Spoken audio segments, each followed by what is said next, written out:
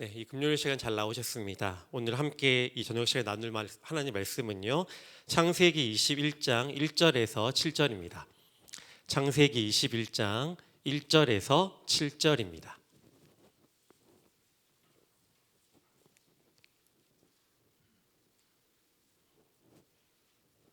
네, 1절에서 7절까지 교독해서 읽도록 하겠습니다. 여호와께서 말씀하신 대로 사라를 돌보셨고 여호와께서 말씀하신 대로 사라에게 행하셨으므로 임신하고 하나님이 말씀하신 시기가 되어 노년의 아브라함에게 아들을 낳으니 아브라함이 그에게 태어난 아들 곧 사라가 자기에게 낳은 아들을 이름하여 이삭이라 하였고 8일 만에 그가 하나님이 명령하신 대로 할례를 행하였더라. 아브라함이 그의 아들 이삭이 그에게 태어날 때에 100세라. 사라가 이르되 하나님이 나를 웃게 하시니 듣는 자가 다 나와 함께 웃으리로다. 함께 있습니다. 또 이르되 사라가 자식들을 젖먹이겠다고 누가 아브라함에게 말하였으리오마는 아브라함의 노경에 내가 아들을 낳았도라 하니라. 아멘. 네, 오늘은 하나님의 완벽한 타이밍이라는 제목으로 또 말씀을 나누겠습니다. 제가 지금 사는 곳은 수원인데요. 저는 안양에 살지 않고 수원에 사는데, 자 얼마 전에 기사를 보셨을 텐데 이 경기도 사람 모두가 다 거기에 방문한 것 같은 사람들이 왕창 몰려서 이제 이슈가 된 수원 스타필드 혹시 가보신 분 계십니까? 예, 제가 이제 그 근처에 사는데요. 자 이제 뭐 화서역에서 왔다 갔다 하는데 가끔 집에서 이제 교회를 출퇴근할 때는 평소에는 자가용을 이용해서 출퇴근을 하지만 기름값이 많이 올랐다거나 좀 걷고 싶다거나 주머니에 가벼워졌다라고 할 때는 가끔 1호선 전철을 이용하기도 합니다. 자 전철을 타보신 분들은 다 경험이 있으시겠지만 전철은 내 마음대로 오지 않죠. 이제 자가용이 아니기 때문에 내가 원하는 시간에 딱 맞춰서 오진 않습니다. 자, 전철을 많이 타보셨을 텐데요. 우리 교회에서는 가깝게 또 관악역이 있는데, 자 전철을 타보셨을 텐데 전철을 탈 때 가장 기분이 좋을 때가 언제입니까? 네. 그렇죠. 지금 보시는 것처럼 급한 마음으로 약속이 늦어가지고 급한 마음으로 여기에 딱 들어섰는데 역 안의 플랫폼으로 딱 맞춰서 전철이 딱 들어올 때 어떻습니까? 네, 기분이 째지죠. 네. 마치 나를 기다렸다는 듯이 전철이 딱 적절한 타이밍에 딱 오게 되면 최고입니다. 하나님 살아계시구나. 살아계신 하나님이 나와 함께 하시구나라는 확신을 가지고 룰루랄라 하면서 전철을 탑니다. 자, 그럼 반대로 이 전철을 이용할 때 가장 기분이 안 좋을 때, 실망스러울 때가 언제인가요?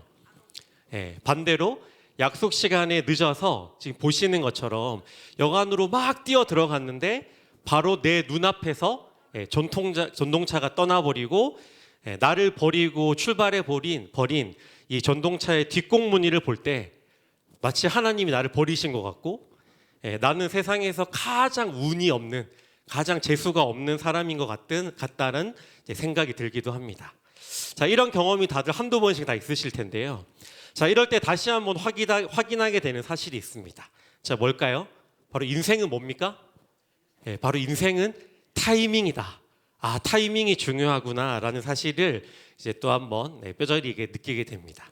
자, 인생이 어떻습니까? 인생은요, 내가 계획하고 바라는 대로 적절한 타이밍에 딱 이루어지면 좋지만, 그러면 기분도 좋고 살맛이 나지만, 하지만 내가 예상하고 내가 계획한 타이밍에서 어긋나 버리면, 내가 원하는 타이밍에 그 일이 이루어지지 않으면 답답하고 막막하고 화가 나는 게 사실입니다.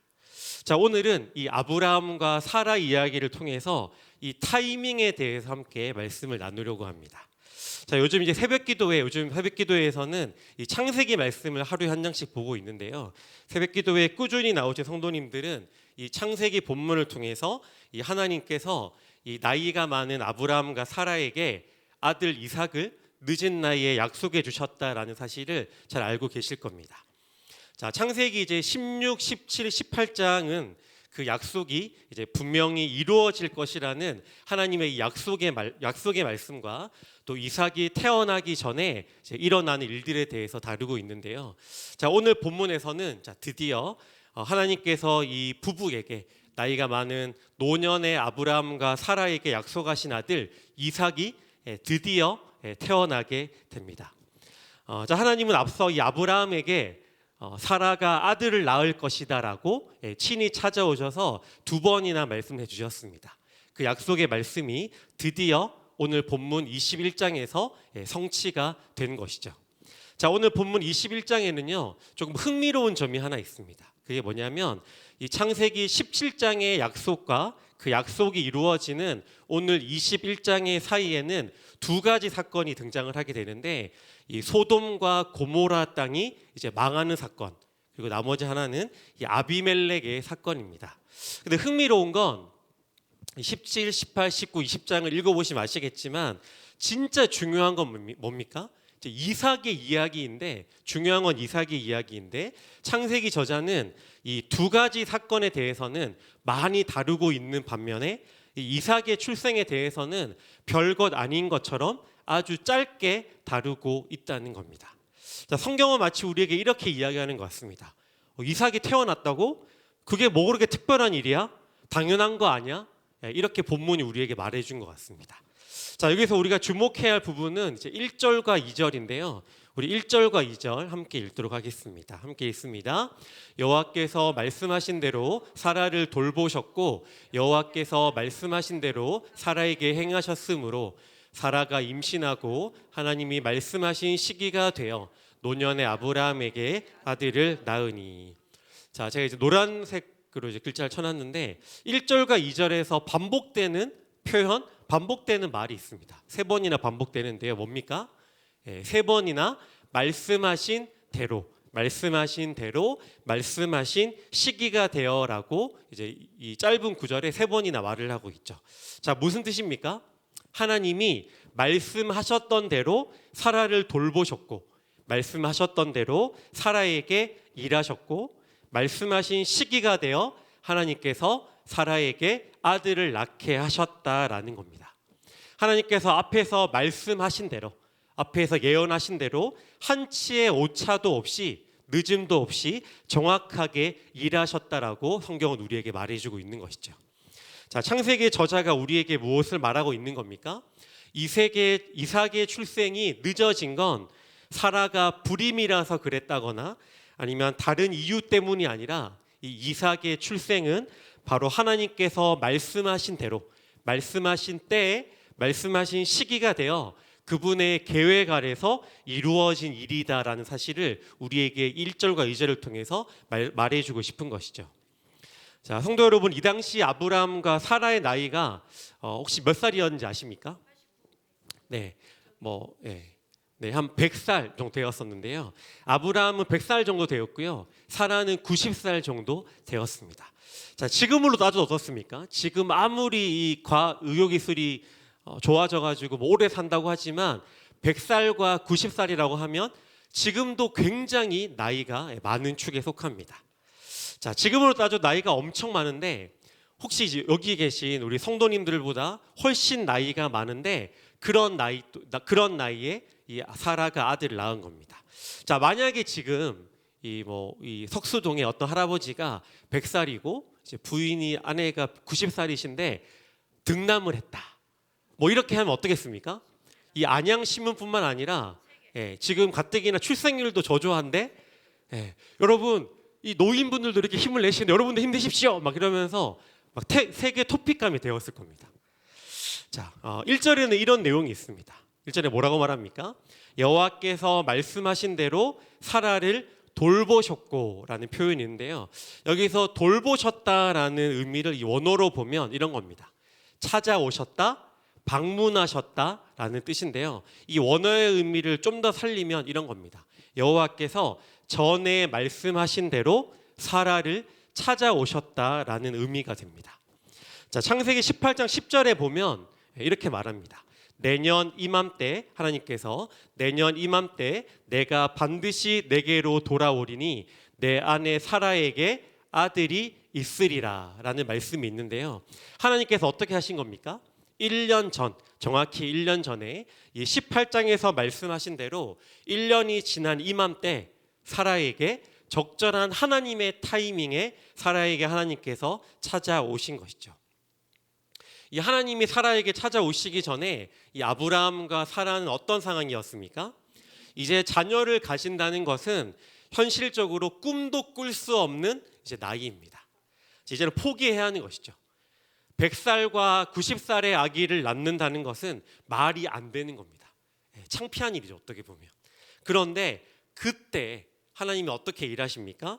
그때 다 포기한 그때, 아무도 기대하지 않는 그때, 불가능이라고 생각했던 그때 하나님이 어떻게 하십니까? 사라를 찾아오시고 그녀를 돌보셨다라고 성경은 말하고 있는 겁니다. 내 힘으로 아무것도 할 수 없을 때, 가능성이 전혀 없어 보일 때, 그때 하나님께서 일하셨다라는 것이죠.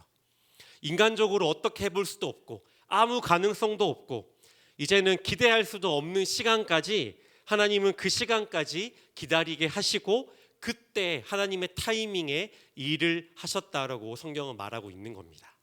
자, 성경에는요, 들어보셨을 텐데 성경에는 두 가지의 시간과 때가 등장을 합니다.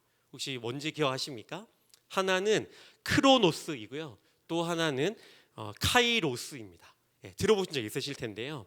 이 크로노스는 뭡니까? 크로노스? 이 크로노스는 지금이 이제 정각 9시인데요. 이 9시, 몇 시, 몇 분처럼 자연적인 시간, 우리 모두에게 다 해당되는 이 객관적인 시간을 말할 때 사용되는 이 성경의 단어입니다. 자, 그럼 그런데 성경은요, 뭐에 더 주목할까요? 이 크로노스라는 일반적인 시간보다 카이로스라는 이 시간에 더욱더 주목을 합니다. 이 카이로스는 뭘까요? 이 카이로스는 주관적인 시간인데요. 시간에 어떤 중요한 의미를 부여할 때 사용하는 단어입니다. 대체로 언제 사용할까요? 하나님의 때, 하나님의 때에, 하나님의 타이밍에 사용되는 단어가 바로 이 카이로스이죠. 자, 3.1절, 얼마 이제 15일 있으면 3.1절인데요. 3.1절은 무슨 날입니까? 3.1 만세운동이 일어난 일이고 공휴일인데요. 남들에게는 1년에 한 번 있는 이 크로노스에 어떻게 보면 그냥 객관적인 별 의미 없는 그런 시간이지만 저에게는 카이로스의 의미 있는 시간입니다. 왜 그럴까요? 왜 그렇겠습니까?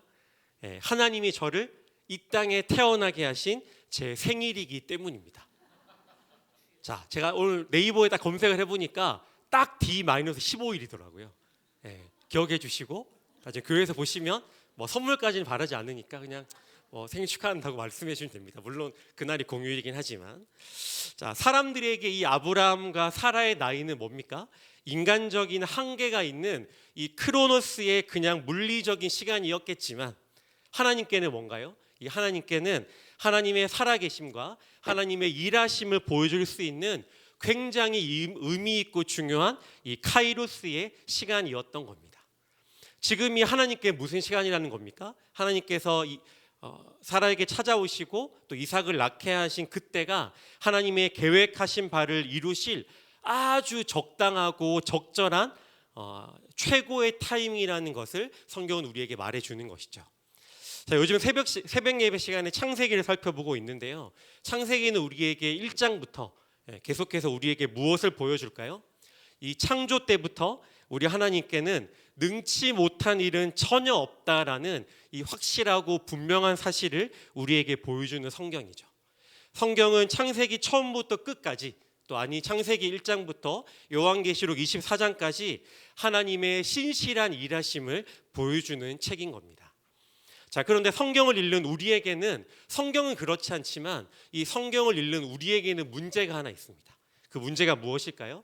그 문제는 우리가 하나님이 계획해 놓으신 이 기다림의 시간 속에 들어가면, 이 기다림의 때에 들어가서 기다림의 순간에 있으면 우리가 어떻게 되는다는 겁니까? 이 확실하고 분명한 사실을 잊어버린다는 것이죠. 자, 우리 자주 부르는 찬양이 있습니다. 전능하신 나의 주 하나님은 능치 못하실 일 전혀 없네 라고 열심히 막 눈물을 흘리면서 또 결단하면서 열심히 찬양하지만, 문제에 갇히게 되면, 다들 경험이 있으실 텐데, 문제 안에 우리가 갇히게 되면 어떻게 된다는 겁니까? 과연 하나님이 지금 늦게 일하시는 것 같은데, 하나님이 지금 일하시지 않는 것 같은데 하는 생각을 하면서, 과연 하나님이 일하시는 걸까? 하나님이 살아 계실까? 과연 하나님이 능치 못하실 일이 없을까라는 의심을 할 때가 있다는 겁니다. 문제가 우리를 어떻게 하는 겁니까? 문제가 우리를 하나님이 어떤 분이신지 잊어버리고 헷갈리게 만들어서 우리는 이 눈앞에만 보이는 이 현실과 문제와 장애물에 휘둘리게 되는 것이죠. 여기서 이제 조금 제 개인적인 이야기를 좀 해볼까 하는데요. 저는 이제 군대를 좀 늦게 가기도 하고, 또 군대에서 이제 4년이나 있다가 이제 30이라는 적지 않은 나이에 이제 전역을 하고 사회에 나왔습니다. 그리고 이 IBF라는 이 대학생 청년 선교 단체에서 간사를 하다가 이 30 중반에 이제 신학대학원에 들어갔는데요. 이 대학원에서 공부를 하다가 또 건강이 조금 좋지 않아서 이제 휴학도 이제 몇 년 했었습니다. 자, 제가 이 액면가는 되게 이제 신선한 것 같지만, 이제 알고 보면 연식이 조금 있습니다. 보기보다. 어떤 분이 저를 총각 아니야라고 하시는 분도 있어서 기분이 좋긴 한데, 제가 은근히 좀 나이가 있는데요. 그래서 이제 남들보다 조금은 이제 늦은 나이에 신학교를 졸업을 했었습니다. 자, 그래서 제 안에는 어떤 마음이 있었냐면, 빨리 전도사 지금 오래 했으니까 그만하고 이제 빨리 강도사가 되고, 좀 빨리 이제 1년 지나서 목사 안수를 빨리 받아야지. 내 주변에 있는 동기나 그런 사람들보다 좀 늦지 않게 강도사가 되고 목사 안수를 받아야지라는 마음이 이제 제 안에 있었습니다. 그런 조급함과 이제 부담감이 제 안에 이제 있었던 거죠. 자, 재작년이었습니다. 이제 2년 전인데요. 제가 이제 보통 그 전도사로 사역을 하다가 신학대학원을 이제 2월쯤에 신학대학원을 졸업하게 되면 이제 4개월 있다가 6월쯤에 이제 강도사 고시를 이제 보거든요. 자, 이제 강도사 고시라고 하면 좀 어려울 수 있지만, 자, 어떤 시험이라도 이 시험이라는 게 쉽진 않지만, 저는 개인적으로 이제 교만했었는지 이 강도사 고시를 어렵게 생각하지 않았습니다. 그거 내 주변에 보니까, 선배들 보니까 조금만 공부하면 거의 다 붙던데 라는 생각을 하고, 나도 나 정도면 그 정도 조금만 공부해가지고 논문 제출하고 설교 써가지고 내고 또 당일날 가서 시험 보고 준비 열심히 해서 하면 붙겠지, 떨어진다는 생각은 전혀 하지 않았습니다. 자, 대부분이 합격을 하거든요. 떨어진 이제 그 선배 중에 떨어진 어떤 전도사님, 강도사님을 보면 겉으로는 안 됐군요. 하나님께서 인도하실 겁니다. 기도할게라고 했지만 속으로는 준비를 안 하셨나 보네, 공부를 안 하셨나 보네 하는 마음이 제 안에 있었죠. 자, 그래서 저도 당연히 어떻게 했을까요? 당연히 합격을 할 줄 알았습니다. 나름대로 책도 열심히 받고 신학 공부 나름대로 열심히 했고, 남들에 뒤지지 않게 열심히 공부하고 준비했다라고 이제 생각을 했거든요. 자, 그래서 이제 그때 저희 교회에서 지금 사임하셨지만 지금 목사님이 된 분에게 제가 이제 졸업 동기였기 때문에 그렇게 하시면 안 된다고, 논문은 이렇게 쓰는 거고 이런 위주로 공부를 하시면 된다, 옆에서 제가 잔소리 막 하고 막 조언을 막 했거든요. 자, 강도사 고시를 열심히 보고 결과가 이제 딱 나오는 2022년, 지금 이제 그 날짜도 기억하는데요. 결과가 나왔던 2022년 6월 22일이 되었습니다. 자, 제 딴에는 이제 시험 합격했다고 결과가 딱 나오면 교단 홈페이지에 딱 뜨거든요. 그래서 이제 교단 홈페이지에서 딱 그 한 11시쯤에 딱 결과가 나오면 결과를 합격해서 기분이 좋아서 부교육자들에게 축하를 받고 집에 가서 아내와 기분 좋게 맛있는 걸 먹어야지라고 생각을 하면서 가벼운 마음으로 지금 이제 나올 텐데요. 이 교단 홈페이지 게시판에 글을 딱 확인했습니다. 자, 바로 이 화면인데요. 자, 어떻게 되었을까요? 한 4,500명 되는 이제 명단이 쭉 있는데, 제가 비읍 쪽에 가가지고 제 이름 딱 확인했는데 제 이름이 없는 겁니다. 제가 다 보여드릴 수는 없고 여기 앞부분 보여드리고 있는데, 잘못됐겠지 이렇게 하면서 다시 이제 박씨 쪽에 가서 열심히 찾았어요. 눈을 씻고 막 이렇게 찾아봤는데 어땠을까요? 아무리 눈을 씻고 찾아봐도 제 이름이 그 한 500명 되는 이름이 없는 거예요. 자, 어떤 겁니까? 너무 당황했어요. 너무 당황했고, 이거 이상한데? 꿈 아니야? 볼도 막 꼬집어 보고 막. 그때 제 옆에 현문 전도사님이 있었거든요. 꿈인가 막 이렇게 했었는데, 자, 나름 시험도 잘 봤고 이제 나름 자신이 있었는데 나름 열심히 준비했는데, 그런데 아무리 봐도 이제 이름이 나오지 않는 거예요. 자, 나중에 이제 결과가 이제 나온 걸 보고 교단에서 이렇게 우편으로 결과가 이제 날아오는데, 왜 그랬냐면 논문 과목에서 이제 여러 가지 과목이 있는데, 논문 과목에서 제가 다른 자료들을 너무 많이 인용해서 표절률에서 이제 불합격이 된 거예요. 너무 다른 것들을 많이 인용해가지고 제가 막 이만큼 갖다 놓고 막 이렇게 열심히 읽어가지고 인용을 했었거든요. 자, 며칠 동안 제가 이제 힘들어하다가 실망으로 가득했던 저는 이제 하나님께 이런 표정으로 이제 기도하면서 이렇게 그냥 따졌습니다. 하나님, 실수하신 것 같은데요. 어떻게 저를 떨어뜨리실 수가 있죠? 제가 지금 나이가 몇 살인지 아십니까? 제가 지금 빨리 강도사 빨리 해야 된다고요. 제가 열심히 공부했는데 너무 하신 거 아닙니까? 막 이렇게 제가 하나님께 따졌어요. 기도하면서 막 따지고, 하나님 실수하신 것 같아요. 아무리 봐도 실수입니다, 하나님. 이렇게 제가 따졌죠.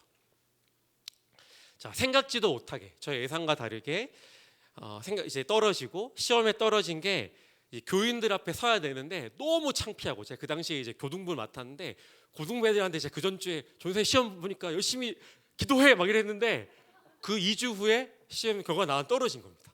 애들 앞에서 이제 면목도 안 서고 너무 창피하고 자존심이 너무 상하는 거예요. 또 둘 다 떨어지면 모르겠는데 저는 떨어지고 제가 도와주었던 옆에 분들 붙고, 너무 자존심이 상하는 거죠. 또 제가 이제 저의 계획이 있었는데, 저의 계획했던 것보다 1개월도 아니라 1년이나 늦어진다고 생각을 하니까 앞이 막 캄캄한 거예요. 내 인생이 꼬이는 거 아닌가? 하나님 내 인생을 왜 이렇게 만드시지? 라고 하면서 이렇게 그런 마음이 들었던 게 사실입니다. 자, 그런데 그 당시에는 몰랐지만 몇 개월이 지나고 지금 이제 강도사가 다행히 이제 강도사가 되어서 지나고 보니까 제가 뭘 몰랐던 걸까요?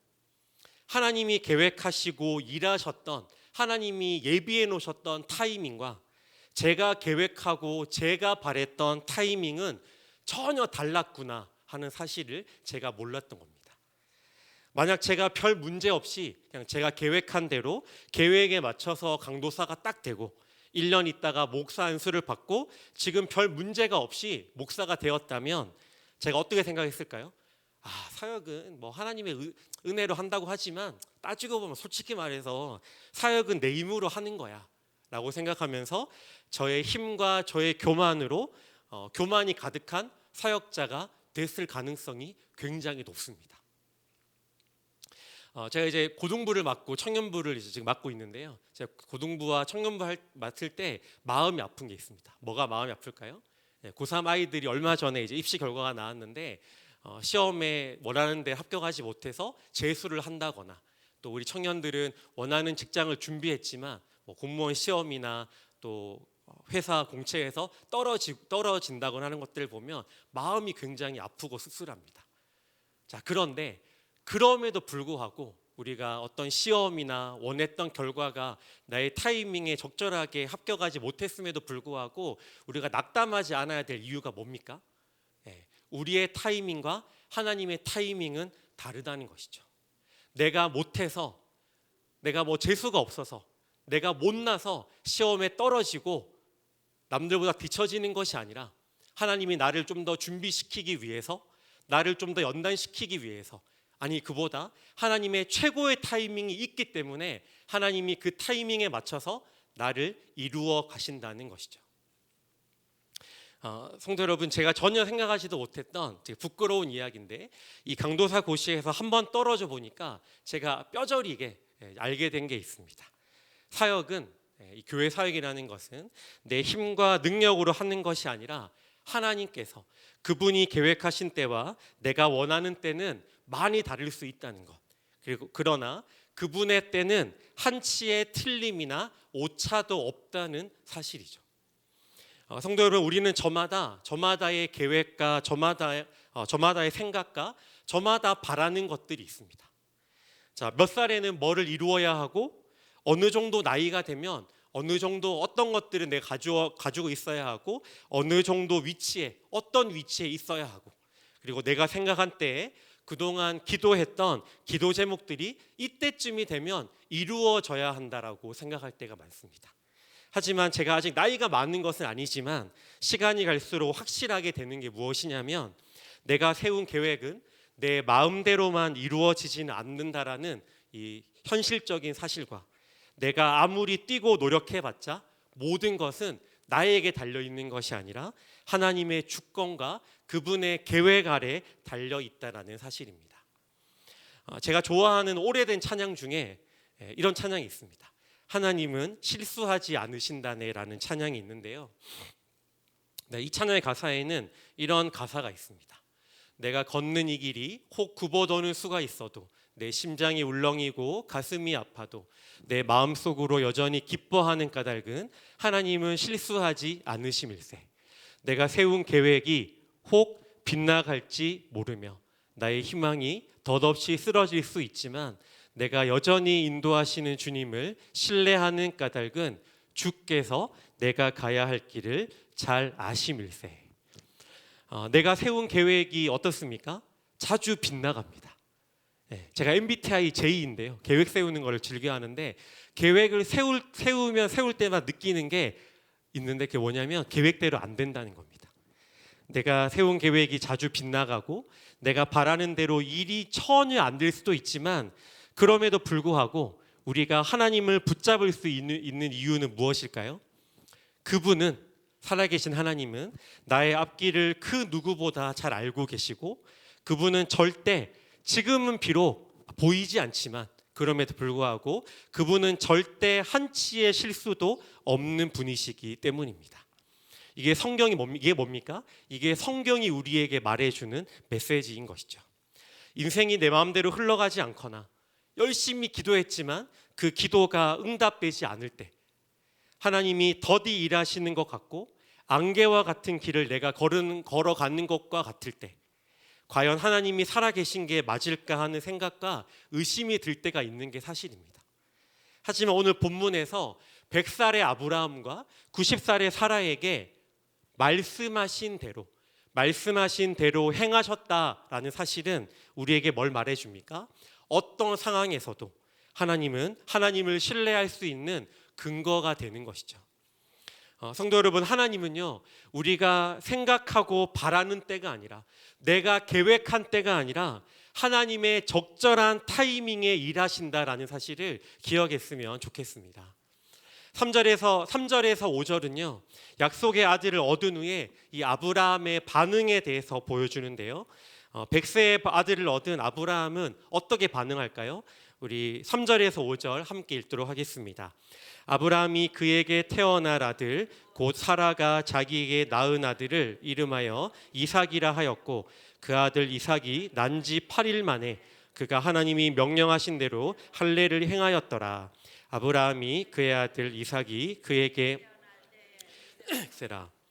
자, 100살의 아들을 얻은 아브라함은요 얼마나 기뻤을까요? 그토록 바라던 아들이었으니까 그 기쁨은 다 말로 할 수 없었을 겁니다.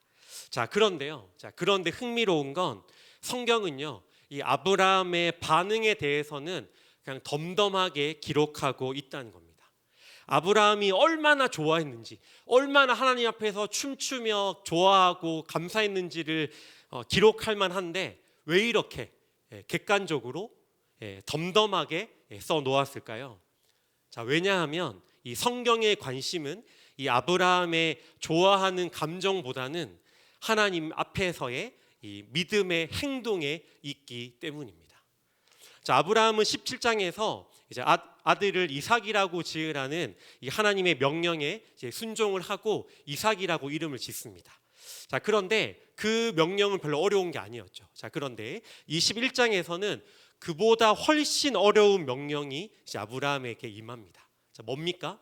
바로 이 태어난 지 얼마 되지 않은 이 피투성이 이 갓난아기 아들에게 할례를 행하라는 하나님의 명령이었죠.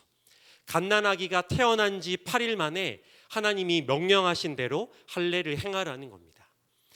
그 당시는 어떻습니까? 지금처럼 병원도 없고 마취약도 없고 의사도 없었습니다. 그런데 이 갓난아기에게 잘못해서 이 칼을 댔다가는 잘못되면 어떻게 됩니까? 이 아기의 목숨이 어떻게 될지도 모르는 상황이죠. 그럼에도 아브라함은 이렇게 행동합니다. 그 아들 이삭이 난 지 8일 만에 그가 하나님이 명령하신 대로 할례를 행하였더라. 자, 이 100세에 낳은 이 늦둥이 아들, 눈에 넣어도 아프지 않을 아들에게 어떻게 합니까? 하나님이 명령하신 대로 할례를 행하면서 하나님의 명령에 순종하는 모습을 아브라함이 보여줍니다. 자, 이것은 무엇을 말하는 걸까요? 하나님의 일하심에 대한 반응은 뭐라는 겁니까? 순전한 순종이라는 것이죠. 앞에서 살펴보았듯이 하나님은 말씀하신 대로 그분의 뜻을 신실하게 한치의 오차도 없이 이루어 가시는데요.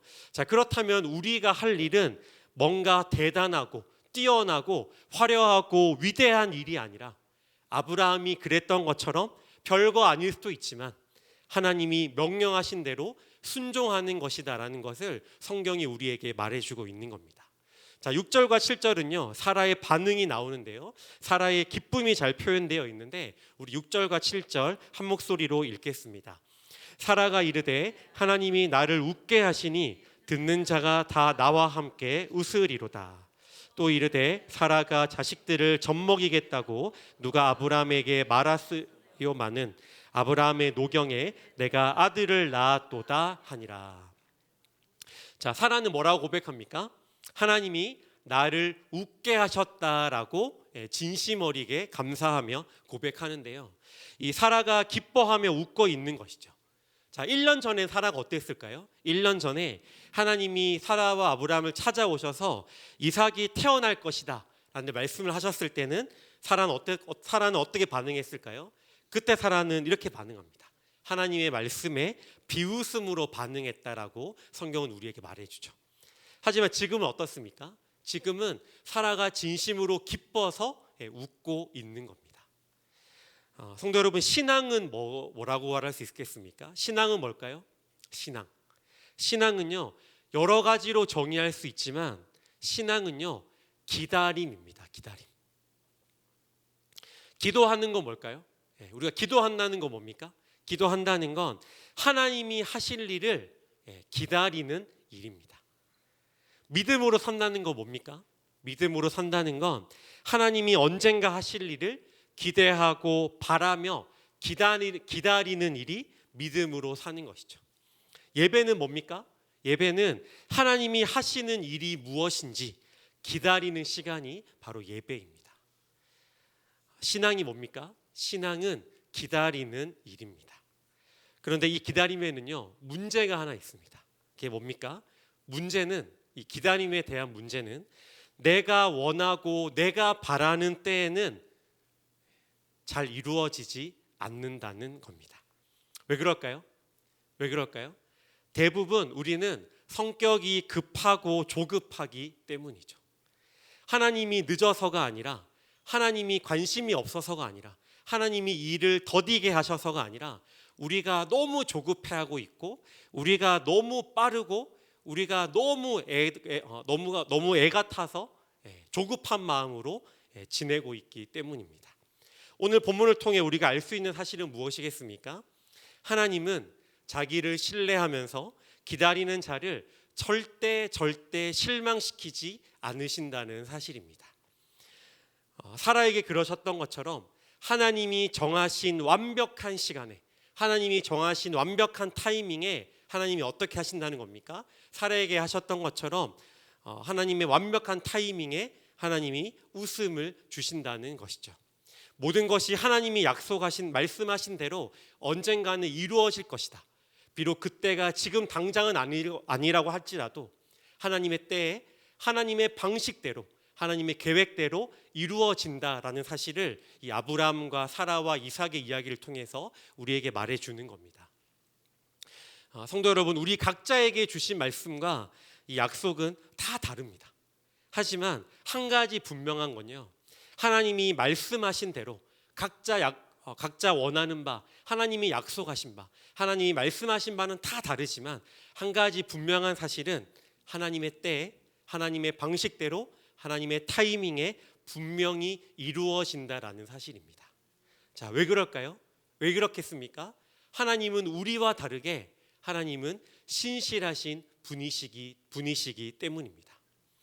하나님은 자신이 하신 말씀을 반드시 지키시고, 인간은 그렇지 않지만, 인간은 아무리 약속을 잘 지키는 사람이라고 하더라도 99가지를 잘 지키면 한 가지 정도는 못 지킬 수 있지만, 하나님은 자신이 하신 말씀을 분명히 지키시는 분이시고, 자신이 하신 말씀을 지킬 수 있는 능력이 있는 분이시기 때문입니다.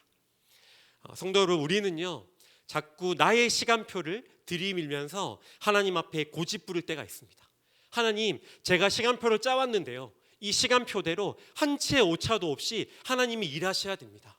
하나님, 이때는 이걸 주시고요, 이때는 이 일이 일어나게 하시고요, 이때는 저에게 이런 일을 행하셔야 됩니다 라고 말하면서 내 생각대로, 내 계획대로 짠 시간표를 하나님께 들이밀 때가 많지 않습니까? 하나님이 이럴 땐 이렇게 일하셔야 된다고 고집을 부를 때가 한두 번이 아닌 것이죠. 하지만 그럼에도 불구하고 하나님이 더디 보이시는 것 같고, 하나님이 타이밍이 지금은 아닌 것처럼 보일지라도, 그럼에도 불구하고 우리는 어떻게 해야 되겠습니까? 나의 시간표와 하나님의 시간표가 다를 때, 내가 원하는, 내가 그토록 열심히 짰던 계획과 시간표라고 하더라도 내가 원하는 나의 시간표를 뒤로 해야 하는 것이죠. 우리는 하나님의 시간표, 하나님의 타이밍, 하나님의 때를 신뢰하며 기다려야 하는 것입니다. 하나님의 시간과 내 시간이 다를 때가 많지만, 하나님의 생각과 내 생각은 전혀 다르지만, 하나님의 때는, 하나님의 타이밍은, 하나님의 방식은 전혀 틀리지 않았다라는 사실을 붙잡으며 낙심하거나 겁을 먹어서는 안 되는 것입니다. 전도서 3장 1절과 11절에서는 이렇게 이야기합니다. 우리 그림 보시고 1절과 11절 붙여서 함께 읽도록 하겠습니다. 범사에 기한이 있고 천하 만사가 다 때가 있나니 하나님이 모든 것을 지으시되 때를 따라 아름답게 하셨고, 또 사람들에게는 영원을 사모하는 마음을 주셨느니라. 그러나 하나님이 하시는 일의 시종을 사람으로 측량할 수 없게 하셨도다. 신앙은 뭡니까? 신앙은 기다림입니다. 무엇을 기다리는 기다림입니까? 하나님의 완벽한 타이밍, 하나님의 완벽한 때, 하나님의 적절한 방식을 기다리는 것이 바로 신앙이죠. 하나님의 타이밍은 내가 원하는 타이밍과 전혀 다를 수 있지만, 언제나 맞다는 것과, 언제나 틀리지 않고 완벽하다는 것과, 그 일을 이루시는 하나님은 절대 한 치의 실수나 한 치의 오차나 한 치의 늦음이 없다라는 사실을 우리가 믿고 기다려야 한다는 겁니다. 성도 여러분, 하나님이 느린 것이 아닙니다. 뭡니까? 내가 너무 성급하고 조급하고 빠른 것이죠. 하나님이 느린 것이 아니라 내가 너무 빠르고 조급하다라는 이 간단하지만 분명한 사실을 기억하시면서 하나님의 완벽한, 하나님의 적절한 타이밍을 기다리면서 살아가고, 그 완벽한 타이밍의 때에 하나님의 살아계심을 우리가 바라보고 또 고백하는 우리 석수교회 모든 성도님들 되시기를 주님의 이름으로 축복합니다.